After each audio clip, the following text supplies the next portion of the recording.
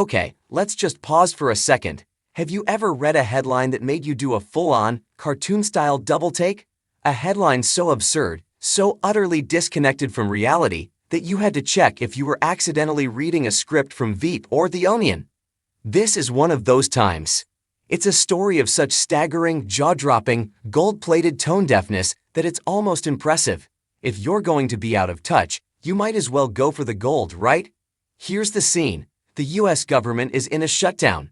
And I don't mean aghast, we have to use paper copy memos for a day shutdown. I mean a shutdown that has real, painful consequences. On November 1, the Trump administration froze the Supplemental Nutrition Assistance Program, SNAP. Let's be crystal clear about what SNAP is. It's the program we used to call food stamps. It's not an abstract budget line. It's the lifeline that ensures kids in your neighborhood get to eat. It's the small bit of help that allows seniors on a fixed income to buy fresh vegetables. It's the difference between a working-class family having dinner or going to bed hungry. And it was frozen, just stopped. Imagine the cold panic of that. Imagine checking your balance, knowing your kids are counting on you, and seeing nothing. That is the backdrop. That is the reality for millions of Americans. So, what was the president doing just hours before this freeze? What was the pressing national concern at Mar-a-Lago? He was throwing a Great Gatsby-themed Halloween party. I'll wait for that to sink in. A Great Gatsby party. Thank God for John Oliver, who on Sundays last week, tonight did what he does best. Point a giant, neon sign at the burning hypocrisy and laugh so we don't cry. Oliver rightfully slammed the move as pretty insulting. And honestly, calling that pretty insulting is the most British understatement of the year. It's like calling a supernova pretty bright. It's not just insulting, it's a gut punch. It is a level of let-them-eat cake that Marie Antoinette would have found a little tacky. But the brilliance of John Oliver is that he doesn't just state the obvious, he dissects the why. He pointed out the soul-crushing irony of the theme itself.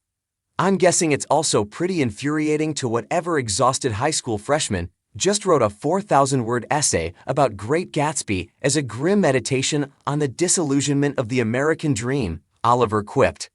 Only for CNN to tell them, you know what? It's really just a book about rich people partying. He hit the nail on the head. The Great Gatsby is a tragedy. It's a book about the destructive, hollow, and careless nature of extreme wealth.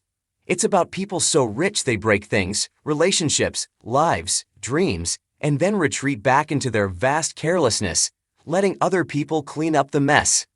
To miss that point so spectacularly, to look at a story about the moral rot of the 1% and think, wow, what a great party idea, is a level of obliviousness that defies logic. And then, it got worse. Oliver pointed out that the actual theme of the event, printed on the invitations, was "A little party never killed nobody." Are you kidding me? The host immediately seized on this, and I guess that is true, Oliver conceded, before landing the killer blow.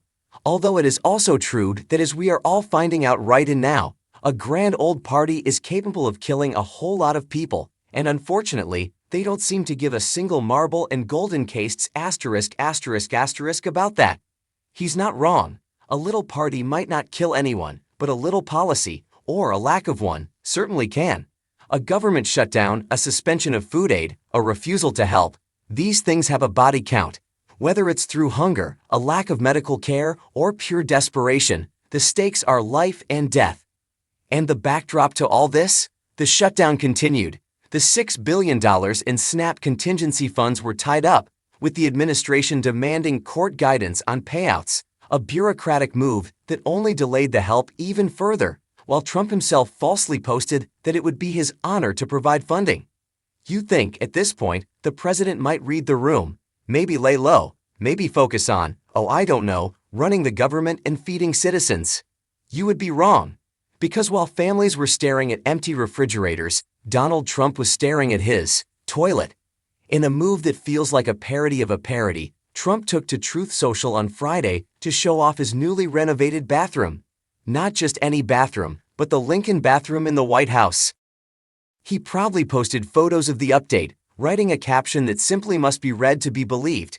It was renovated in the 1940s in an Art Deco green tile style, which was totally inappropriate for the Lincoln era. I did it in black and white polished statuary marble.